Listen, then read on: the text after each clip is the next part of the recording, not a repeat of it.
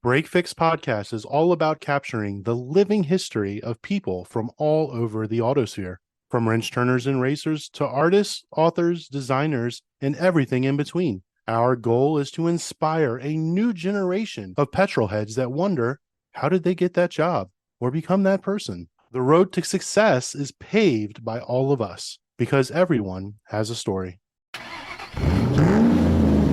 We return to the world of drag racing with Jordan DaCosta, an 18-year-old drag racing phenom from Bradenton, Florida, with an unwavering passion for motorsport. Currently piloting a nitrous-powered S10, Jordan competes in major Florida national events, showcasing his exceptional talent and determination on the track. His journey doesn't stop there. Jordan recently announced a future in the NHRA as a professional driver with the prestigious Bishop's Motorsports Pro Sportsman team. That's right. And joining me tonight is returning guest, two-time NHRA drag racing champion, Megan Meyer, who you might remember from our panel episode earlier this spring. So welcome back to the show, Megan. Thank you. And with that, let's welcome Jordan to Break Fix. Hello, everyone. How are you guys? All right, Jordan. It's tradition on this show that everybody starts out with a superhero origin story. But in this case, we're at the origin of your origin story. So tell us about the who, what, when, and where of you. How did you get involved in motorsport? Did you come from a racing family? What drew you in? You've only been doing this for about 2 seasons now. Yeah, I'm on my second season now. We just ended here in Florida because it's actually different than the NHRA. But it started out, I was pretty young. Used to go drag racing with my dad. He raced a stick shift car. We lived in Long Island, New York, so we'd have to travel 4 hours to go to every race. I remember, when I was little, painting the underbody of the car, cutting out the front end, putting a tube front end in it. Every winter, we would switch the turbo, do twin turbo setup, single turbo, and then we made the move to Florida, and we just so happened to be able to find a property 5 minutes away from Bradenton Motorsports Park. I got my first square body S10. I started doing test and tune events every single Thursday to really just learn. And it was a 10-second truck. I felt ready to start doing events there at Bradenton. We were able to find another S10 that was faster. I could do like a 950 index in it and then still progress as I grew as a driver and learn more. So I started doing that. And then I didn't really take it as serious. I just did it as a hobby. And then all of a sudden I met Mr. Westbuck at Drag Illustrated, and he gave me a lot of great advice. And so did Kevin Contardo, which is now one of my business managers and helps me a lot today with everything. And I started getting sponsors about a season after starting. You brought me back to the Fast and Furious. Vin Diesel, you owe me a 10-second car, that kind of thing. It sounds like your transition from making it a hobby to a profession was pretty quick. And it sounds like you had a plan underneath of you and you've got some people helping you along. So what were some of the challenges to getting to this point? Now you're signing with the team, and we're going to talk about that more as we go along here. What did you discover along the way? Is it as easy as people make it out to be to get into motorsport, or are you faced with some issues? No, it's not easy at all. I'm sure Megan can agree with that, doing it for so many years. I knew it wasn't going to be easy. I knew it was gonna cost me a lot of time, and I fully was dedicated to it. I still am. I'm a very driven person. I've always been a natural leader. I've always been hardworking. I've been working since I was 14. So I knew that if I kept going, even though I didn't see the results in the beginning right away, that I could get to this point. I'm a big vision person. I could vision myself 10 years from now, and I'm big on that. And, just to get to where I am today, I never really thought it would have happened, but I've envisioned it a year ago today. It's definitely a challenge, that's for sure. But I try to keep my head high and keep pushing and keep doing what I'm doing. I'm always evolving and learning and changing new things on the business side, on the mechanic side, and everything in between, my whole program. For our listeners out there who are keeping up with all the different personalities that we have on here, we recently had another young and up-and-coming driver who's working through karting to get to IMSA, and he talked about the struggle about balancing school at a young age with driving. Yeah. Here you are at 18, the last 2 years drag racing, now into NHRA. How are you striking a balance between school and work? Yeah, so this year I actually switched to online. It just worked out better because of my schedule schedule here in Florida. I go to races from Wednesday or Thursday all the way to Sunday. I was always out of school when I was in 11th grade. This year I did online and I was able to actually finish my whole year's worth of work before my season even started here in Florida in 2 months. So I've been done since September and I've been fully focused on the business side during the day. And then I have a job at night where I work in my dad's shop and then racing on the weekend. So I've been fully into this, for about a year now, like just totally dedicated to building my name and progressing as a driver and business person. I want to go back to what you just said about visioning, leadership, the business side of racing, because I know firsthand that it is so important to really work on the business side of it. Not all racers realize that you do need to treat your career like it's a business and not just, hey, I want to go drive a race car because it's fun. So when you're not behind the wheel and now that you're done with school, can you tell us more about what you are doing on the business side and then also what you do to stay sharp for racing, for your driving, and especially now that you're going to be stepping up? Yeah, so my day to day, I like to send about 100 to 150 emails a day to companies, preferably COOs, CFOs, people on the marketing side of, the bigger companies. Now that I need a larger amount of funding, I find myself needing to find those bigger companies, not so much the local ones anymore. So I send up the 150 a day, and I actually find those companies based off of I'll be driving around and I just see this company, I think about it, I'll write it in my notes. And that's how I go. I watch NASCAR, I watch F1, I see who's sponsoring other sports. And also a big thing I think you've also talked about on your social media is you don't really want the companies that are already in the sport. You want the ones that are Yes. outside because those are the ones that have the funding, that have the pockets to be able to help you and to even just bring them into the sport. And just doing that, you bring a new fan into the sport. So that's also our goal too, to bring new fans in. So that's something I've been focusing on my day to day, and it's a lot of fun. You get a lot more no answers than not even no's. But, out of 100, maybe you'll get 3 people that answer you. You can get some meetings set up. I've had some good meetings so far. So it's pretty exciting. The opportunity is definitely what excites me the most. Thinking about, what the potential could be with X company. Yeah. Well, and sharing that vision is so important. And going back to what you said, I like to tell racers, it's like, imagine you have a pizza or like a pie. If you're going after a company that already is sponsoring people in motorsports, you're just taking a smaller piece of that pie instead of bringing a whole nother dish to the table. So exactly like what you said. So I'm so glad that you understand that. And even the fact you had mentioned you might get more no responses than no's, but just that experience of that repetition of sending them out, learning what to say, I'm sure you're changing it every time because you're learning what works and what doesn't work. And even just the fact that if you do get a no, that's still like a step in the right direction because it does help you learn those losses, help you get closer to your win. And you're definitely well known within the drag racing world because you do stand out because not very many racers in our world are putting in the work that you do to get your name out there. Thank you. So that's why when I heard from Chris Bishop that you're going to be joining the team, it's like, oh, that's a no-brainer because you've just been doing so much work to get your name out there. So congratulations Thank on you. that. And I'm very excited to follow you. So I do want to talk about how have you seen the sport change since you first started and the fact that you have raced, you went from New York to Florida. Have you seen it change very much? And then also, where do you think it's going in the future? I've seen it change a good amount. It's more focused on the social media now, not so much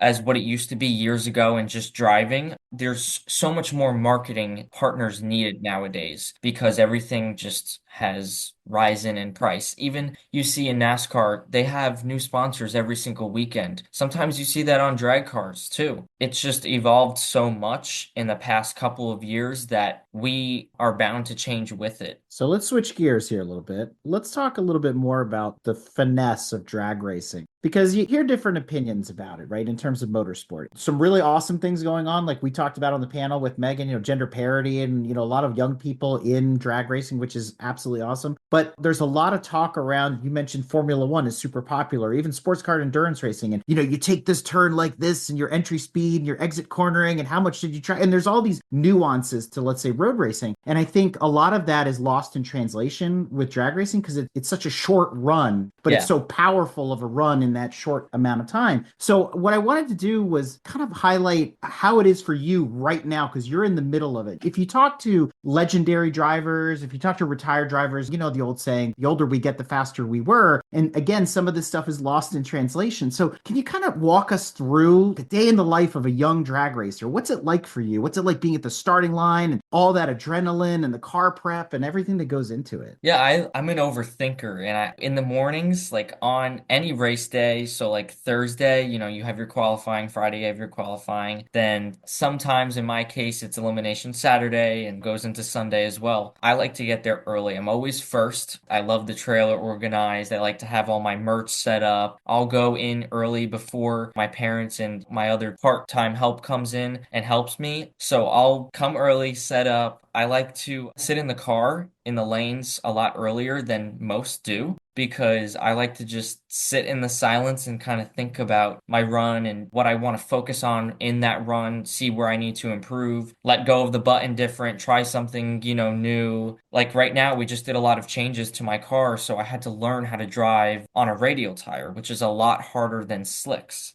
A lot more times in a radial car, you'll smoke the tires than in the slicks that I had. So I had to learn how to go through tire shake, wheeling too. Like I had to learn how to pedal it differently and shift at a different rate and be used to a higher wheel speed with those radials. So there's definitely a lot involved in driving a drag car. It's not about just holding it and, going straight. Especially for me, there's, I have nitrous. So I'm watching, after my burnout, my nitrous pressure, and I have to purge it down to a certain number. And there's buttons you got to hit in between all of that and things that you got to make sure are going right to be able to go down the track as safe as possible. Up until this point, you've been working with your dad, prepping your own truck. Again, you are the master of your domain and you're very sensitive to the car. Like you said, you got to purge it down. You got to do this. If it doesn't sound right, it's not running right, we got to tear it down. But now you're signing up with a team where the car will probably be provided. How is that going to be different for you? What's that transition like going from driver mechanic to just pro driver? Oh, I definitely thought about this. It's definitely going to be weird. Definitely going to, want to get my hands dirty in the pits and help the team as much as possible. But it's definitely going to be nice knowing that they have so much knowledge in their class range. The whole team just, they know what they're doing, and I have full trust in them in the tuning side and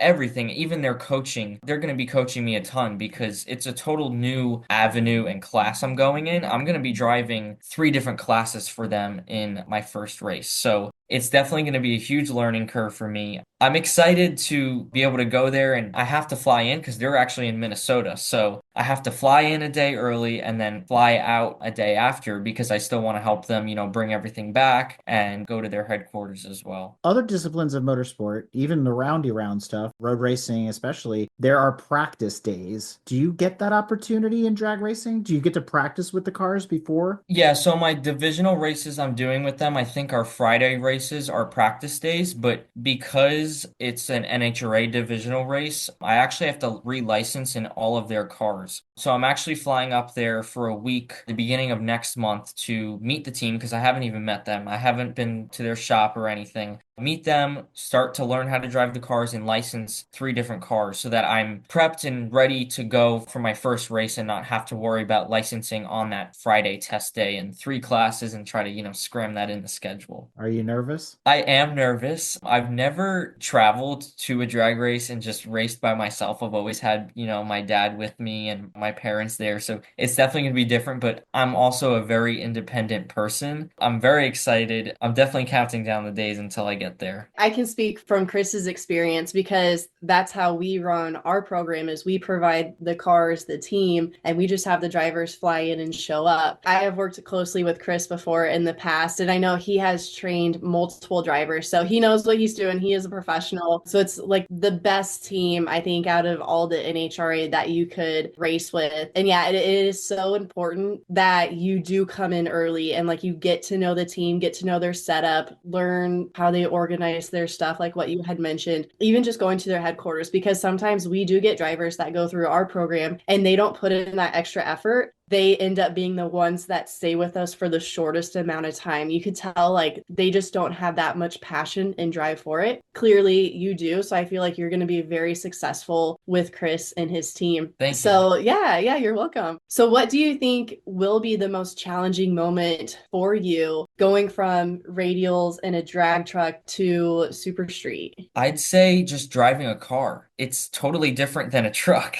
And I've actually thought about it a lot because I've, sat in drag cars before, like friends of mine, but it's a total different view. And I'm a shorter driver, so we're definitely going to have to adjust the seat and do a lot of adjustments, but you sit a lot lower. My truck is pretty low, but it's still a lot different, than a normal car. So I think that's going to be a big adjustment for me. And then also, I didn't announce this yet, but I guess I will here. I'm going to be driving their Super Comp Dragster as well. I've never even drove a dragster, never been around a dragster. I've always wanted to. So that's going to be a whole new adjustment as well. And I'm really excited for that opportunity with them as well. So I'm gonna ask you again, are you nervous? I'm nervous. I'm nervous, excited. Yeah, well, that's awesome. Super comp is so much fun. It is very intimidating at first. I remember the first time that I made passes in my super comp, we brought our super comp dragster to Frank Hawley's. So I got to license there. And because my dad knows nothing about super comp dragsters, right? Like he can do top alcohol dragster, with his eyes closed in his sleep, but don't ask him to do anything with bracket racing because he does not know how to do it. He does not care. So we actually, we had to learn from someone else, and it took us a long time to figure it out. So it will be much easier for you going with a team that knows what they're doing and they can tell you exactly what to do when to do it. But that's awesome. Congratulations. Yeah, Super Comp is so much fun. I wish I could still do it, but we sold my card and so I can't anymore. But maybe one day I'll buy another dragster. Yeah. I want to go back to your past and talk a little bit more about the truck. So do you have a certain race that stands out that's the most memorable one that you have, and what made it so special for you? I would say, it's a series. So it's the Drag Illustrated Winter Series. That whole series just changed my whole perspective as a driver, a team owner, and an influencer. So that race, I was able to bring in my title sponsor, which is a local store, Bradenton Performance Supply. They're 5 minutes down the road from the track. So we were able to get them as a vendor spot, and I was able to actually park next to them. So just the marketing was amazing, that whole series, that we were able to be next to each other, having their name on the side of the car and,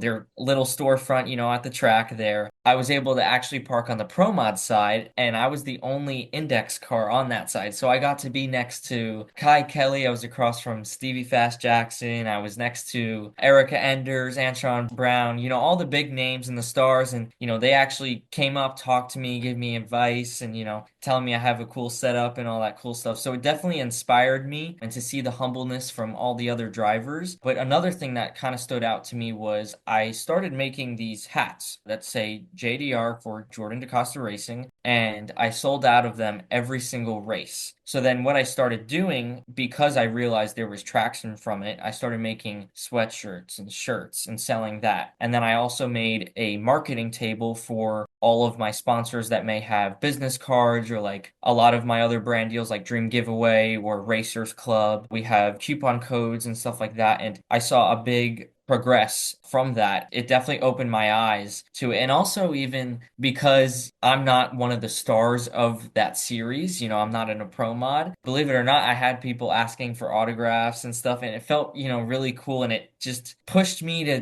want to work harder and want to do more to get to where I want to be, like the other drivers surrounding me. Well, Megan, you'll recall you and Erica, when we were on the panel together, shared a sentiment about how the highs are extremely high in drag racing, but the lows can be very very, very low. So Jordan, you talked about some of the good things. Those lows teach you a lot in life in general, but especially in motorsport. So what's one of the most catastrophic things that have happened that you've learned from, or failures that you've grown from your time in motorsport so far? There's a lot of failures all the time. I mean, finishing my second season off, obviously this season was a lot better than my first. My first, I went without any round wins or anything, and my goal for my second season was just to get a round win, not even an event win. I didn't care. I just wanted to win a round because bracket racing and index racing is very hard, and I had to learn how to finish line drive and, do all that critical stuff of the driving side. And just as much as getting my car dialed, we had the hardest time getting it dialed. We've had issues. We had to change transmissions. We changed drive shaft, rear end. We changed nitrous systems. We had issues where the car would just shut off. So, that low felt very low, like I couldn't escape out of it. And then the next season came, and now I have 10 career round wins and one event win in just a season.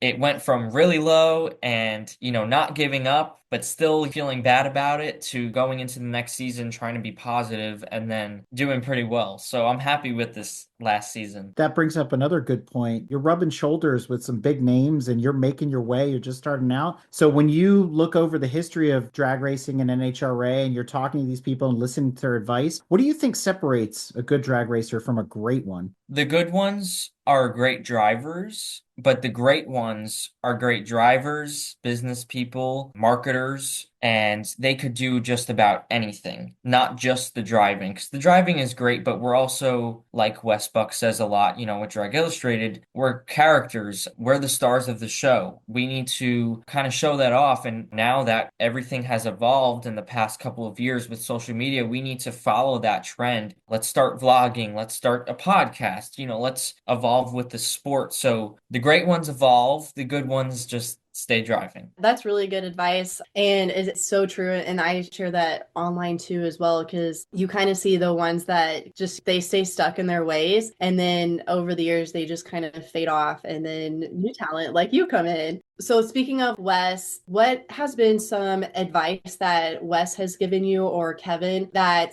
you could pass on to those aspiring drag racers who want to follow in your footsteps? When I first started out, when they saw my car and there was no sponsors, it was just a plain black truck, they were like, you need to start. You're young, you're business hungry, and we think you could be a potential star. And they started off telling me, try to find the local guys. So I started off finding local companies, and I'm lucky enough to have about 10 local companies that are on the car and have been helping me and helping me in the future. One of them is actually a local restaurant that sponsors the Drag Illustrated Winter Series food for us. So I met him from them, and he's actually sponsoring my 2025 season in my truck here. And then he's also sponsoring my 25 season with Bishop's Motorsports. So I was able to bring him into the NHRA side, and he's such a fan, and it's just so exciting. But also Kevin, now that we're looking for, those bigger corporate ones, he helps me with a lot of my wording. So he's like definitely the punctual guy that helps me spruce things up a bit. He's always telling me I'm going too low on my packages. He wants me to go higher in price. But they just really support me. And, every step of the way, they've always had my back no matter what. They've always introduced me. And that's another thing, just networking. If I never met them, I honestly do not know what I'd be doing today without them kind of pushing me forward or giving me that contact. Talking to everybody is a must. So the local companies that you are bringing on, what is it that you are giving to them in value in exchange for, the exposure that you're offering for them? Yeah, well, of course, you start off with placement on the car. And then,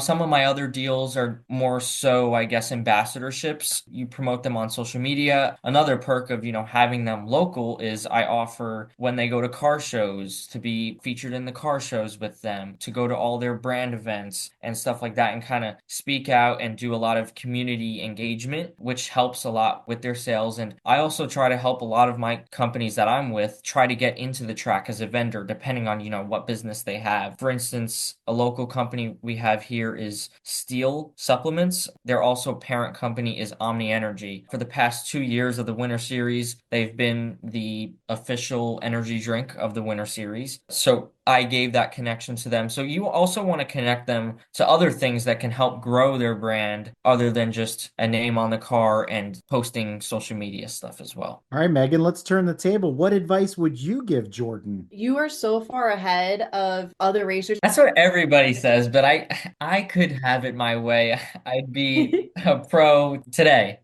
Yeah, well, it does take time. I gotta tell you that. Yeah. Yeah, so it took me 3 years of just training for top alcohol dragster before I even did a professional, NHRA race. So it takes time, but you are learning so much that's going to pay off so far down the road. Because yeah, there's even racers that have been racing for 20, 30 years that still haven't figured out like the things you just said. The importance of networking is so key. So my advice for you is to just keep your head down. Just keep trying to grow your network. You never know who is watching you, either at the track or online. There's so many times I have heard from brands where they won't wear their logo on their shirt or a polo when they go to a race because they don't want to be treated differently because people see, oh, they're associated with this company. So they'll just wear, a regular t-shirt and they'll just observe and see how drivers interact with fans, or are they just sitting on the golf cart, just on their phone the whole time, not talking to anyone? Do they have a clean pit space? Like, do they take care of their car? I have heard multiple times from brands saying that they'll interact with someone like on Zoom or email or phone call, and it sounds like a great deal, sounds like someone they would want to partner with, and then they go and see them at the track incognito style and realize, oh, that's not actually the person that we want to represent our brand. So I feel like you're on that right path. Just stay professional in person and online. You never know what could haunt you one day. So just make sure, you're not posting anything negative or bad or saying anything bad about someone else out there. And just, stay positive, interact with every single person you meet at the track, treat them all like royalty, no matter who they are. If it's a little kid or an old man or someone you have no idea who they are, because you never know what they do or what connections they have that could help you in the future. Of course. Thank you. Racing is one of the places where the nice guys don't finish last. They usually come out ahead. That being said, dovetailing off of that, I will bestow some wisdom if I can. And to your point about bringing these new ideas to the paddock and the things you're doing to promote yourself, we had the opportunity to sit down and chat with Matt Martelli a couple of years ago. And he, was friends with Ken Block, and then he eventually took over the Mint 400 and a lot of other off-road events out west. And I went to visit him at the Mint. We got to chit-chatting. He was taking me around. And I said, Matt, this seems awful familiar to me. Like there's certain aspects of other motorsports at this event. And he goes, yeah, because I went and checked them all out. And then I took the best of that and brought it home with me. So I tell you the same thing is go check out other motorsport disciplines and learn from them what they're doing, how they're marketing, how they're getting their sponsors. And if you can take that back home with you in some way and that propels you, that'll give you a leg up on your competition. Yeah, for sure. For sure. Yeah. And Matt's so good at marketing. The Mint is on my bucket list. I want to go there someday. It's an awesome event. I can't recommend it enough. Yeah. All right. So Jordan, for you, what would you say to the next Jordan? So the 10, 12, 15-year-old that's watching you, looking at you move up through the ranks. What would you say to them who wants to do what you're doing right now? Look down and never look up until you're where you want to be. I'm big on a not giving up. I know that's what everybody says, but if you truly believe it and you vision it in your head, when you envision it in your head, it's going to happen. It could be the craziest idea of me in a top fuel car in 2 years, right? But if you believe it, it's going to happen. It doesn't matter how long it's going to take. It could take 10, 15, 5 years. It doesn't matter. So if you have the right vision for yourself and it's not a vision from somebody else, you could do anything you want. Such a coincidence that you said that because I am rereading this book, Think and Grow Rich by Napoleon Hill. That's exactly what this book is all about, is about visioning and making it come to life. If you haven't read this, you should read this. I haven't. Okay, good. Yeah, so that's exactly it. Yeah, my SAT word for the day to summarize that is tenacity. That's what that all boils down to. Jordan, you made a reference there to keeping your eyes down, meaning looking down the strip. You have a lot of strip ahead of you still to come. Yes. You're on a fast track to becoming a professional driver, and maybe you're clinching your first NHRA NHRA championship somewhere here down the road, but what's your 5-10 year outlook? What's next for you? Is drag racing what you want to do forever? Are there other disciplines of motorsport that you want to explore? What are your goals? What are you keeping your eyes set on? Right now, I'm definitely trying to focus on joining this new team and, making them happy, helping them grow as much as possible, as well as myself. I definitely see myself down the line progressing with the team in class. So if that means moving up in dragsters or in cars, I would like to do that. And I definitely could see myself staying in the sport for a very long time because I do want to become a full-time pro driver. And I definitely always want to stay in the sport, even if that was not to happen. But I know with the right vision, it will. Just as much as, I want to drive, I want to be on the business side as well. So investing my time into a team, I think is definitely worth. So trying to help Bishop's Motorsports grow, not just for myself, but also for them. It's a big deal to me. So I'm excited for that as well. Well, Jordan, we've reached that part of the episode where we like to invite our guests to share any shout outs, promotions, thank yous, or anything else that we haven't covered thus far. My first race is June 8th in Minnesota at Brainerd International Raceway. We have title sponsor Poblano's Mexican Bar and Grill, so I want to really thank them for coming on board for the 2025 season, and I hope to make them proud and my new team proud. Known for his focus, grit, and dedication, Jordan has set out to make a name for himself in the professional racing world. Through hard work, passion, and perseverance and visioning, he's determined to turn his dream of becoming an NHRA professional into reality. When not racing, Jordan is also seeking ways to connect with brands that align with his values and racing goals. His enthusiasm for motorsports and his entrepreneurial spirit are the core of his success, and he's always looking for ways to grow and improve both personally and professionally. To learn more and keep up with Jordan's progress and hear about his first race, be sure to follow him on social media at Jordan DaCosta Racing on Instagram. And with that, Jordan, I can't thank you enough for coming on the show and sharing the beginnings of your road to success story with us here on Break Fix and some of the exclusives that you dropped with us. We are rooting for you. We're going to be watching you, and we are wishing you the best of luck and hope to see you with an AHRA championship title under your belt. One day, definitely. Thank you guys so much for having me. It was nice talking to you guys, and the advice was really helpful. Yeah. And Megan, a pleasure as always. Thanks for coming back. Yeah, thank you for having me back, Eric. Glad to be on. Thank you guys. We hope you enjoyed another awesome episode of Break Fix Podcast, brought to you by Grand Touring Motorsports. If you'd like to be a guest on the show or get involved, be sure to follow us on all social media platforms at Grand Touring Motorsports. And if you'd like to learn more about the content of this episode, be sure to check out the follow-on article at gtmotorsports.org. We remain a commercial-free and no annual fees organization through our sponsors, but also through the generous support of our fans, families, and friends through Patreon. For as little as $2.50 a month, you can get access to more behind-the-scenes action, additional pit stop minisodes, and other VIP goodies, as well as keeping our team of creators fed on their strict diet of Fig Newtons, Gummy Bears, and Monster. So consider signing up for Patreon today at www.patreon.com/GT Motorsports. And remember, without you, none of this would be possible.